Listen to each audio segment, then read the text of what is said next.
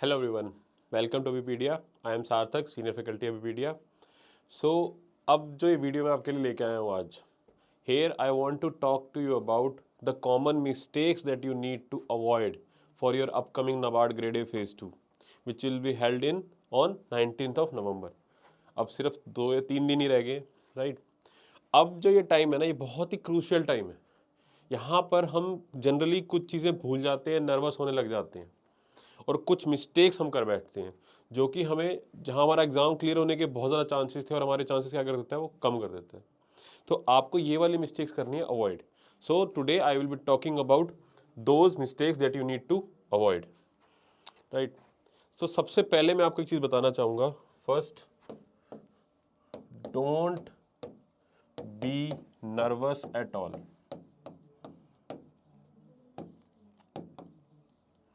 बिल्कुल भी नर्वस होने की ज़रूरत नहीं है। अब देखो, अगर आपकी तैयारी अच्छी है या बेकार है, तैयारी पूरी नहीं कर पाए, पढ़ाई पूरी नहीं भी हो पाई, इन एनी केस नर्वस होने से या टेंशन लेने से चीज़ें ठीक नहीं होती। आपका क्या होगा, जितनी आपकी परफॉर्मेंस होगी वो डेफिनेटली डी ग्रेड ही होगी अगर आप नर्वस होगे तो, राइट। तो अब अगर मैंने ऐसे बोल दिया कि नर्वस नहीं होना, तो क्या इस नर्वसनेस चली जाएगी? आई नो दैट कि ऐसे नर्वसनेस भी नहीं जाती। सो उसके लिए what you need to do कि you, so that you are not at all nervous, remember the lessons that you learned from phase 1.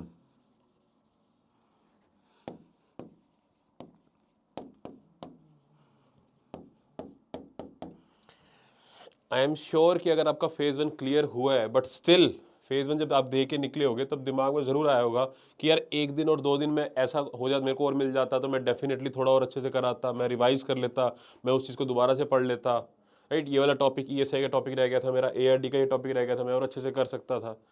I know definitely ये चीज़ आपके दिमाग में ज़रूर आई होगी कि यार एक दिन और मिल जाता, सिर्फ एक दिन और मिल जाता। सो अब आपके पास वही 2-3 दिन है। Remember those things, right. उस चीज़ को दिमाग में रखिए और देन थिंक कि भाई मेरे पास तो 3-3 दिन है, I have 3 days with me. So जो भी आपको लगता है, अभी भी अगर आपको लगता है ना कि यार मेरा ये वाला पर्टिकुलर टॉपिक थोड़ा वीक है, अभी भी वीक है, लाइक एआरडी स्टैटिक का कोई पर्टिकुलर टॉपिक आपको अभी भी लगता है कि वीक है, थोड़ा ज़्यादा अच्छे से करने की ज़रूरत है, तो या फिर कोई करंट अफेयर है, कोई पार्ट है, कोई करंट अफेयर लगता है कि करंट अफेयर अच्छे से नहीं करे, so don't worry.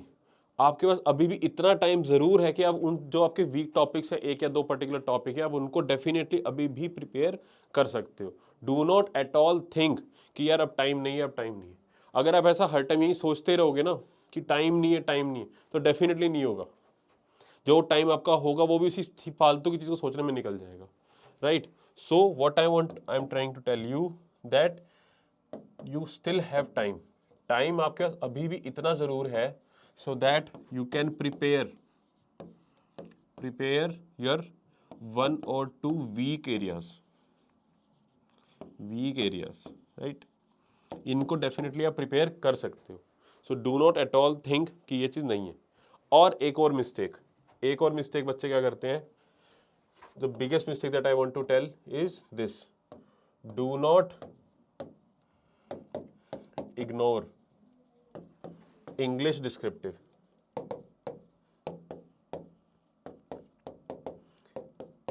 I know इस टाइम पे आप सिर्फ ईएसआई और एआरडी के पीछे लगे होंगे, ईएसआई को रिवाइज कर रहे होंगे, एआरडी को रिवाइज कर रहे होंगे, राइट। अगर नहीं कर रहे तो जरूर करिए, but do not at all ignore English descriptive. अभी भी आखिरी हर दिन आपको डेली इंग्लिश डिस्क्रिप्टिव की प्रैक्टिस करनी है। आपको इसकी प्रैक्टिस करनी है, टाइपिंग करके प्रैक्टिस करनी है, बहुत ज़रूरी है। या फिर अगर आप टाइपिंग करके नहीं भी कर रहे तो एटलीस्ट एसेज हो गए, ऐसे के लिए कुछ पर्टिकुलर टॉपिक्स को बार बार देख लीजिए, रिवाइज कर लीजिए, कुछ और अच्छे टॉपिक्स देख लीजिए, कुछ और डाटा फैक्ट्स कलेक्ट कर लीजिए, राइट। इंग्लिश डिस्क्रिप्टिव को इग्नोर नहीं करना। इसके अंदर I can tell you can easily even secure 80+ marks out of 100। 80+ marks score करने भी इसके अंदर पॉसिबल है, डेफिनेटली पॉसिबल है, बच्चों के आते भी हैं, राइट। प्रोवाइडेड आप इसको इग्नोर ना कर रहे हो, इसके लिए रेलिवेंट जो रिक्वायरमेंट है, प्रैक्टिस है, वो आप अभी भी करे जा रहे हैं। 3 दिन अभी भी है आपके पास। Do not at all worry about it. See what you need to be, एक असली जो कैंडिडेट होता है ना, एक जो रियल कैंडिडेट होगा, उसकी क्वालिटी क्या होगी कि जो उसके लिए पहला दिन होगा प्रिपरेशन का, और जो एग्जाम से एक दिन पहले का भी, एटलीस्ट 2 दिन पहले का भी जो डे होगा, उनका जो टेम्परामेंट होता है वो बिल्कुल सेम रहता है, right. So what you do, remain calm and maintain your temperament and maintain your temperament. This is what I am telling you. ऐसे रहना है कि जैसे आपका पहला दिन था, treat it, treat these 3 days like, treat these days like is the first day of your preparation. जो आपका पहला दिन था ना प्रिपरेशन का, first day of your preparation. जो आपके ये 3 दिन है, इन दिन भी आपको इस तरह काम रहना है कि जब फर्स्ट डे प्रिपरेशन के थे सेम बिल्कुल नॉर्मल होके कि लाइक हाँ नॉर्मल डे है, ऐसा कुछ नहीं है 3 दिन 4 दिन, नो नथिंग लाइक दैट। ये भी एक नॉर्मल डे प्रिपरेशन वाला डे है हमारा, मेरा जो शेड्यूल फिक्स है, मेरे को उसी को फॉलो करना है, दैट्स इट। फिर एग्जाम के दिन एग्जाम दे के आ जाना, बात खत्म। ये वाला माइंडसेट होना चाहिए आपका, ये वाला टेम्परामेंट होना चाहिए, right. It will actually help you out, right. बिल्कुल ऐसे रहना, बिल्कुल भी एग्जाम को ऐसे भगवान या बड़ा नहीं बनाना। एग्जाम ही at the end of the day, it is also just an exam, right. Pass या फेल चलता रहता है, बट अपनी प्रिपरेशन को कंटिन्यू रखना है, नॉर्मल रह के बिल्कुल स्टे काम, एकदम composed. So that is the way, right. इन चीज़ों का प्लीज़ ध्यान रखिए। ये छोटी छोटी चीज़ें हैं, हम इसको इग्नोर करते रहते हैं आखिरी के 3 दिन, और यही हैम्पर करती है एल्टीट्यूड। जब एग्जाम दे के निकलोगे ना, जितने पॉइंट्स आपको बता रहा हूँ, अगर इन पे काम नहीं किया होगा तो डेफिनेटली सारी चीज़ दिमाग में आएंगी कि यार आखिरी के 3 दिन में खामखा से घबराता रहा, टेंशन लेता रहा, जबकि मैं नॉर्मल देखे जो प्रिपरेशन चल रही है उसी को कंटिन्यू करता, तब भी बात बन जाती। ये छोटी मोटी चीज़ों से जो 1-2 नंबर से रह जाते हैं हमेशा, वो यही वाली गलतियाँ होती हैं। जो हम कहते हैं ना 2 मार्क्स से रह गए, 3 मार्क्स से रह गए, एक्चुअली वो ये छोटी छोटी मिस्टेक्स होती है जिसकी वजह से हम आखिरी टाइम में प्रिपरेशन कहीं ना कहीं हैम्पर हो जाती है, और वो कहीं ना कहीं इफेक्ट करते हैं फिर आगे जाके, right. So these 3 things for there, and one more thing, now you what you need to do actually do. अब आपको पढ़ने वाली स्टडी वाले जो पार्ट है उसमें आपको क्या करना है, first of all revise revise revise, अभी भी कंटिन्यू करिए, इसकी तो कोई एंड ही नहीं, रिवाइज करते रहिए करते रहिए करते रहिए। जितनी अभी कैपेसिटी है, जब तक एग्जाम नहीं होता रिवाइज करते रहिए, इतना स्ट्रॉन्ग बनाते जाइए अपने नोट्स को, उतना अच्छा है, right. Second, do not ignore current affairs, do not ignore current affairs. Current affairs को भी रिवाइज करना है अच्छे से, ईएसआई के भी, एआरडी के भी। इसकी इंपॉर्टेंस आई होप आप सबको पता है अच्छे से, राइट, कि बहुत ज़्यादा इंपॉर्टेंट है, अभी तो पता ही होगी। Okay, these 2 things। और third, the most important, now mock test. क्या करना है मॉक टेस्ट का, क्या आप लगाने हैं नहीं लगाने, डेफिनेटली लगाने हैं। अब आपको एक second, okay okay, now at least एक फुल लेंथ टेस्ट इन 3 दिन के अंदर अंदर, एक या आई वुड से 2 अगर पॉसिबल हो पाए तो, फुल लेंथ टेस्ट तो देने ही देने हैं, 1 या 2 फुल लेंथ टेस्ट, राइट। और सेक्शनल टेस्ट कल और परसों तक, आई मीन 18 तक सेक्शनल टेस्ट। सेक्शनल टेस्ट आपको